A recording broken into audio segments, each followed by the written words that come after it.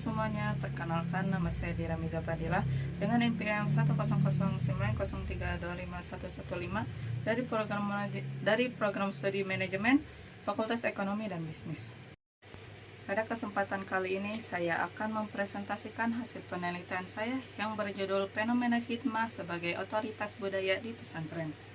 Fokus utama penelitian ini adalah untuk menganalisis fenomena hikmah melalui lensa analitik politik, yang dimana studi kasus ini dilakukan pada santriwati angkatan 12 tahun 2022 di pesantren Al-Quran Qiraatus Sabah Kudang yang berada di Garut. Isu utama pada penelitian ini adalah tentang hikmah.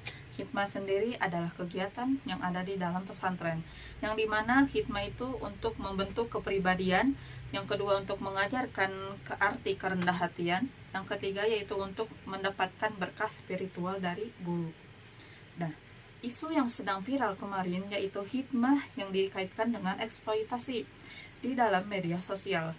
Hal tersebut menciptakan ketegangan antara tradisi pesantren dengan prinsip hak asasi manusia.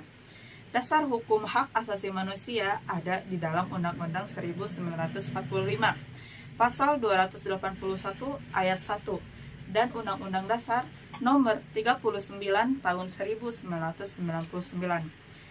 Nah, hikmah itu memiliki dua peranan, yaitu yang pertama untuk pembentukan karakter pada santri, dan yang kedua itu adalah hikmah sendiri adalah budaya yang sudah ada di dalam pesantren, yang tidak bisa dihilangkan begitu saja. Nah, tujuan dari penelitian ini adalah untuk menunjukkan kepada masyarakat hubungan antara kiai dengan santrinya di dalam pesantren, serta bagaimana sih tanggapan santri terhadap isu-isu yang di luar sana tentang adanya eksploitasi di dalam pesantren.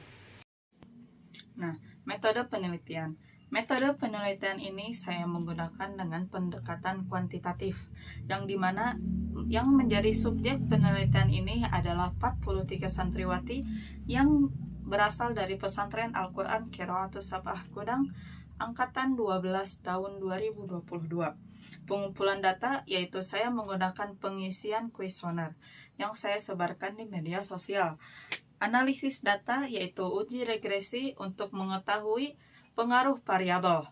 Kekurangan peneliti sebelumnya adalah peneliti sebelumnya itu belum secara jelas atau belum secara menyeluruh untuk mengkaji masalah eksploitasi ataupun masalah hikmah itu sendiri melalui lensa analisis politik kritis dan hubungan kekuasaan yang ada di ruang publik atau yang ada di masyarakat dan yang ada di media sosial. Nah, yang selanjutnya adalah tentang latar belakang. Di sini saya akan menjelaskan latar belakang dulu dari pesantren.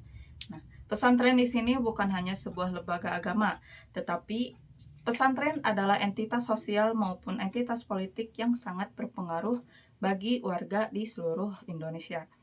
Nah, terus saya juga akan menjelaskan tentang latar belakang perlindungan hak asasi manusia, yang dimana negara wajib melindungi warga negaranya dari semua tindakan kriminal ataupun semua tindakan yang dapat mengarah kepada atau yang dapat mengarah akan terjadinya eksploitasi.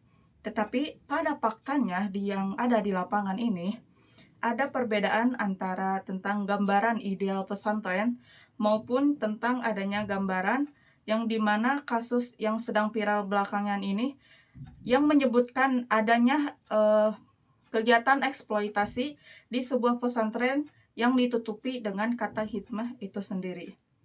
Materi berikutnya saya akan menjelaskan tentang hikmah mempertahankan kekuasaan kiai.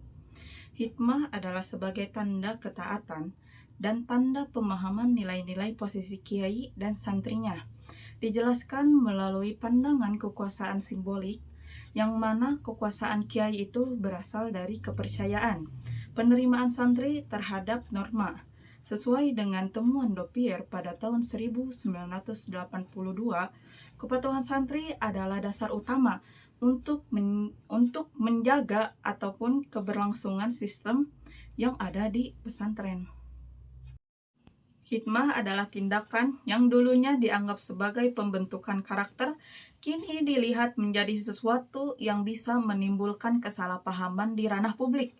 Dijelaskan dengan teori perubahan wacana, makna praktik akan berubah ketika perpindahan budaya yang tertutup menjadi ataupun berubah menjadi ke ruang publik yang terbuka.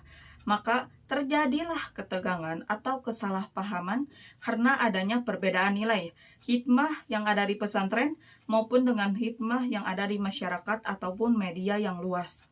Di sanalah terjadi adanya relasi kekuasaan yang tidak seimbang. Dijelaskan dengan teori dominasi tradisional, kekuasaan diterima karena adanya kepercayaan ataupun karena adanya keyakinan, bukan dengan adanya aturan yang resmi. Adanya kekuasaan karena ada yang memberikannya kepercayaan. Dampak politik pada tata kelola yang ada di pesantren adalah isu yang sedang viral ini mendorong pesantren untuk berada di bawah pengawasan publik ataupun di bawah kebijakan pemerintah. Negara dan pemerintah daerah kini dianggap berhak ikut campur di dalam aturan yang nantinya akan ada di dalam pesantren. Fenomena ini disebut dengan proses politisasi ruangan yang dimana pendidikan agama akan diawasi langsung oleh kebijakan pemerintah. Jadi, hikmah itu sendiri itu sebenarnya mempunyai dua sisi. Yang pertama itu untuk mendidik karakter santri tersebut, dan yang kedua untuk mempertahankan sistem ataupun aturan yang ada di pesantren tersebut.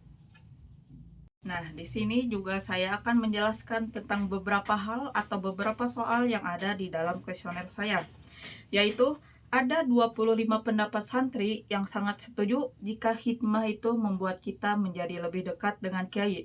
Terus ada juga yang berpendapat tentang santri yang sangat setuju jika hikmah itu adalah cara tercepat untuk mendapatkan kebarokahan ilmu. Yang lain juga sangat berpendapat sangat setuju jika hikmah itu mengajarkan kepada santrinya untuk menjadi pribadi yang lebih sabar, untuk menjadi pribadi yang tidak sombong ataupun tawadu. Selanjutnya ada juga santri yang sangat setuju tentang merasa bersalah atau merasa kurang afdol jika dalam sehari itu mereka tidak mendapatkan kesempatan untuk berkhidmah langsung kepada kiainya. Nah, yang selanjutnya itu adalah hikmah itu sebagai kesempatan yang sangat berharga untuk mendapatkan kesuksesan akhirat maupun di dalam kesuksesan dunia. Nah, teman-teman, sekarang kita berada di akhir materi, yaitu kesimpulan.